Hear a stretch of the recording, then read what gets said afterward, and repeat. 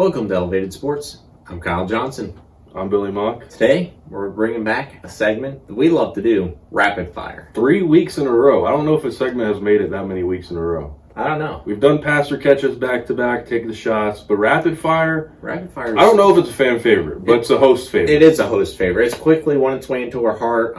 Unfortunately, we don't have Jamie here to just take the full brunt of our questions. Yeah. What I love about it, it's kind of our chance to talk about everything we want to talk about in a very short amount of time. Right. It allows us to cover a broad range. Who's going first? Am I going first or are you going first?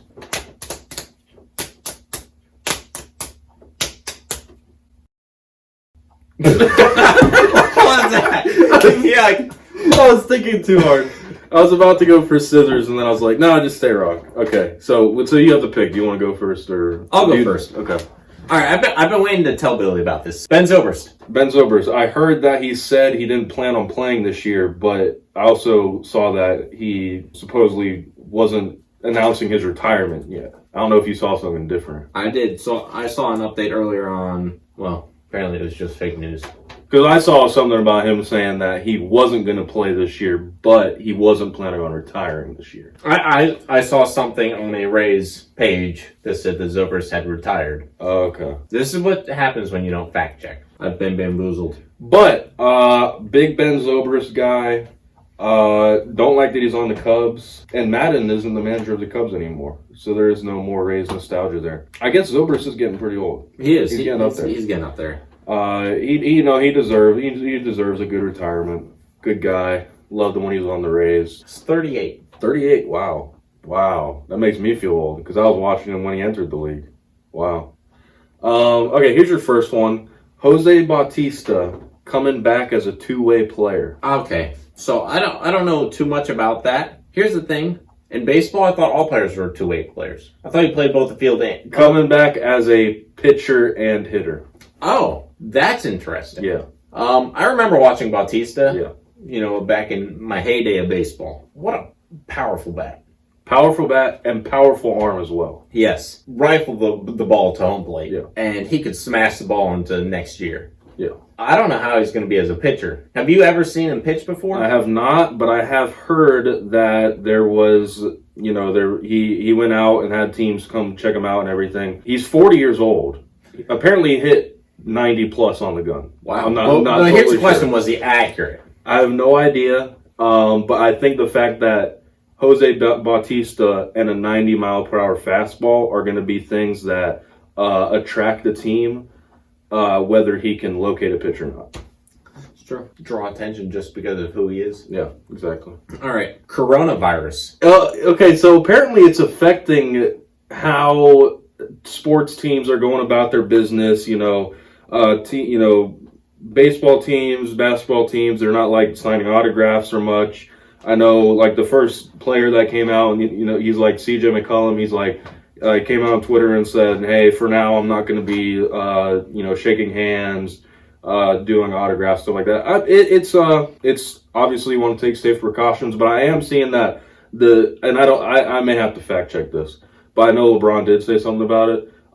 Is the NBA even looking to go a period of time without having any fans in the stadium? They did. So they announced that today. And on top of that, I believe it was in Italy, they even told the sports teams there, they said, I saw that too. You're probably going to play games that don't have any fans in attendance. Yeah. So it's having a big effect on just how games are played. Yeah. And obviously. And fan to player interactions. Yeah, and obviously safe precautions is, what these leagues want to do for their players, but I also think that it hasn't had as much of an impact as we think it is supposed to have, the virus. Right, no. Take safe precautions. They are taking safe precautions, but they may be taking them too far. Just use common sense. Yeah. Here's the next one. Spike Lee. So I did not see the interaction that occurred, but I did hear a Knicks game? Yeah, Knicks game. He was at a Knicks game and some kind of negative interaction with him. And who was it? The Knicks coach? James Dolan wanted Spike Lee. Spike Lee, if you don't know Spike Lee, biggest Knicks fan of all time, has spent millions of dollars on this team, sits courtside every night. comes in through a certain entrance every night, and then for whatever reason, James Dolan picked him out and said, no, you can't come in this entrance. You have to go through another one for literally no reason. And then during the game, James Dolan came up to Spike Lee and they exchanged words or whatever. It was just a mess. It was a classic Knicks mess. Yeah, it's stupid. James Dolan would ask him to go through a different door. But at the end of the day, you're just walking an extra however many steps. Yeah. It's not that big of a deal. It's not. I think the biggest deal was that Spike, he was never told why. That's one thing that he said. He was never told why, and they refused to tell him why. He refused to attend any more games this season. He said he's done with the Knicks for the season, yeah. Well, if you expected anything less from the Knicks, you were wrong. Yes. They're the Knicks. Knicks gonna Knicks. NBA MVP race. Okay, LeBron and Giannis had a showdown last night. LeBron won the battle. Giannis had no answer for LeBron. I'll say that straight up. Giannis did not have an answer for LeBron. But Giannis still, I believe, is going to win it over LeBron. Here's the reason why. Giannis is on the best team in the NBA, also leads all 5 major stat categories on the best team in the NBA. LeBron leads in only 1 on his team. I believe Anthony Davis is averaging more points a game. Obviously, LeBron doesn't get more rebounds a game. The only thing LeBron is leading on, I believe, and I may have to fact check myself, is assists. Giannis provides so much more value on the court. I think LeBron provides more value to a franchise, but this season, Giannis has obviously been the more valuable player. So I got Giannis. I do have LeBron coming in second. Okay, so you still have Giannis up top. Yes. Okay. Because I've been seeing a whole bunch of Giannis slander, and I don't like it. The Giannis slander does not belong because Giannis has been great. Obviously, didn't play great last night against the Lakers. Still had a decent game, but fans are really quick to jump on players if there's a narrative pushed for that player, and then that player doesn't live up to that narrative for one night. So Giannis slander doesn't belong. Giannis is going to win the MVP, for sure.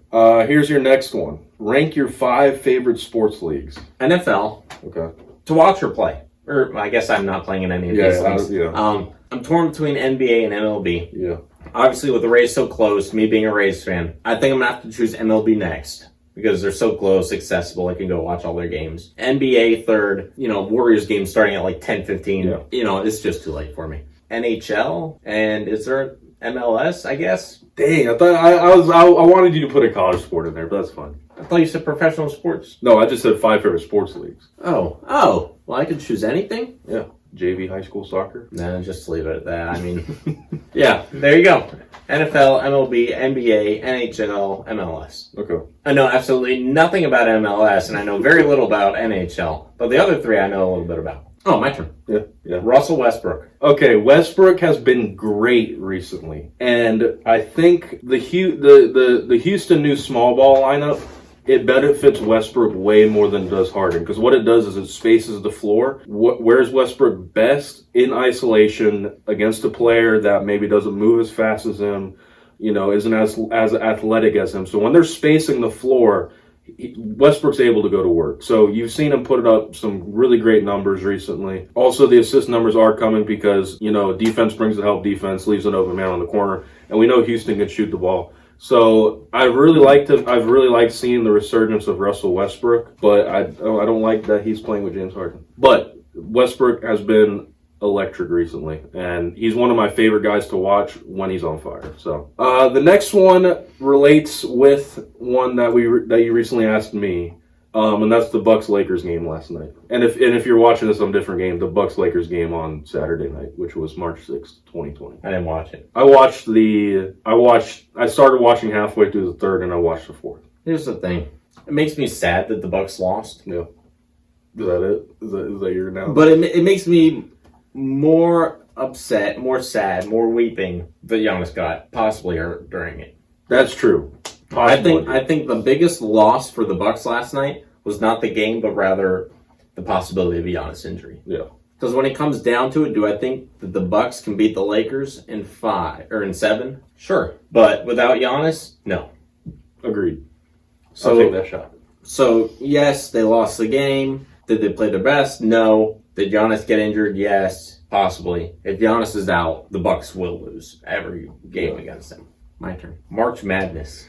I love March Madness. I absolutely love it. I love that they have the March Madness app, and you could watch the games on your phone. You can watch any game.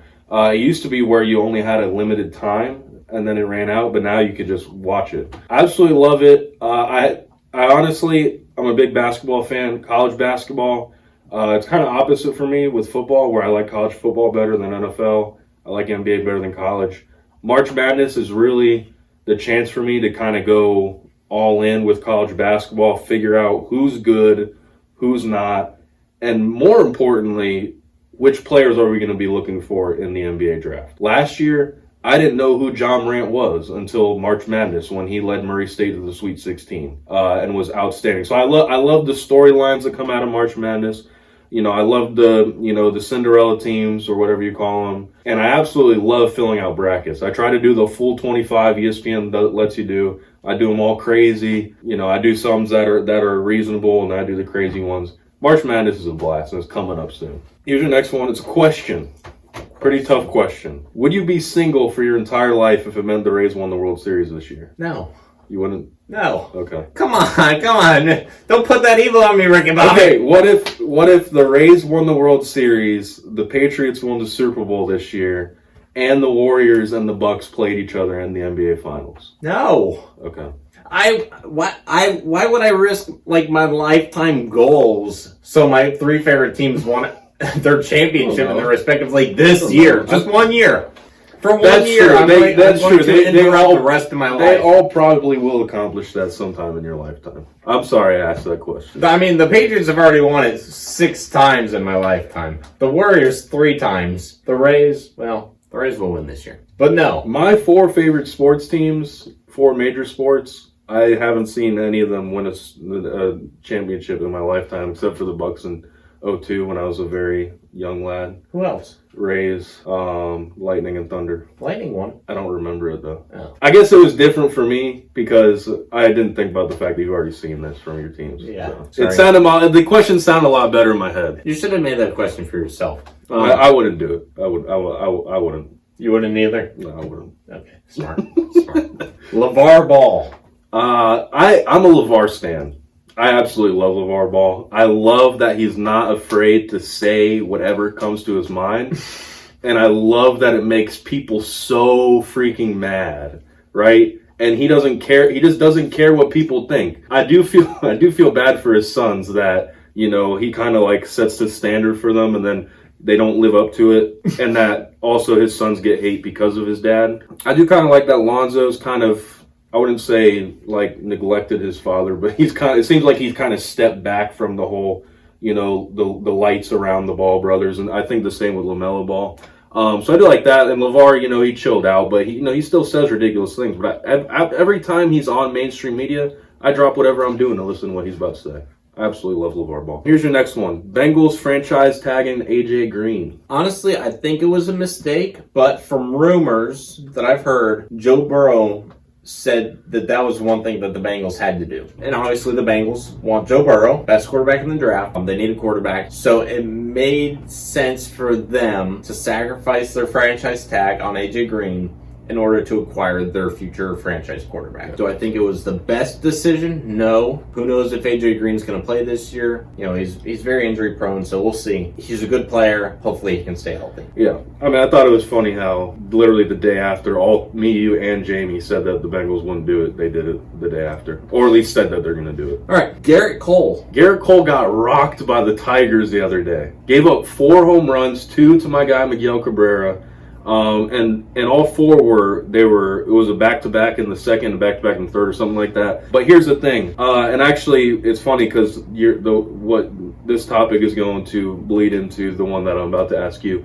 But with the injuries that the Yankees rotation is sustaining, it's going to be interesting to see if Garrett Cole can be the Garrett Cole of last year.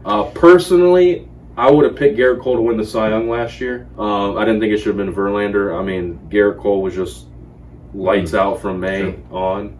I would have picked Garrett Cole. But I do think that when you throw a very straight 97 mile per hour fastball. If someone connects with it, you could put it in the seats. I do think that Garrett Cole will probably be great this year. It's very important that teams jump on him. Which leads me to my next one: the state of the Yankees pitching rotation. Yeah. So Severino? Severino's out for the season. Out for the season. Paxton's out for a big portion of the season, and I think J.A. Happ is dealing with some injuries as well. So really, your only solidified guys right now are Tanaka and Garrett Cole. I am a little worried about the Yankees. I'm not worried for the Yankees because I could care less whether they suffer. Amen. But if I'm a Yankees fan, I am a little worried. Here's the thing: as a Rays fan, I don't think they should be too worried because the Rays had similar problems last season. Yeah. However, the Rays pitchers did come back in the season. Severino's done. Paxton's out for probably half the season at least. They're kind of in the same boat the Rays were in last year, but the Rays were still able to manage to play well. However, I think the Rays have a better overall pitching staff, especially in the bullpen. Agreed. To keep them afloat that the Yankees don't have. So I think they're going to struggle more than the Rays did last season. Yeah. If you watched last week's episode of Rapid Fire, you'll understand. High school sports. I absolutely love high school sports. High school sports are just so pure and just enjoyable. And what I do with the Fellowship of Christian Athletes, I consume a lot of high school sports. High school basketball easily is my favorite high school sport. High school football is fun, all across. And high school athletes are just so cool because they usually have a lot going on, and a lot of them are in the position where they don't know what's next. So you have a lot of these athletes that are really working towards a goal, whether it be getting into school. And then there's some kids that know they're not picking up any offers, but they're still laying it out on the line for their school every night. So I absolutely love high school sports. I played a little high school sports myself, and work with a lot of high school athletes now. So here is the next one. Staying in New York. Different sport though. Chris Paul to the Knicks rumors. I don't know if you've heard any, but it is a rumor. I've not heard any of those. What a fitting way for Chris Paul to go out. Unfortunately, yes. I mean, the Knicks are where everybody goes to die. Chris Paul, he's getting up there in age. Would he be a good fit in their team? I think he would. I think he's the kind of guy the Knicks would need in their organization right now. Right. And I think the Thunder would be...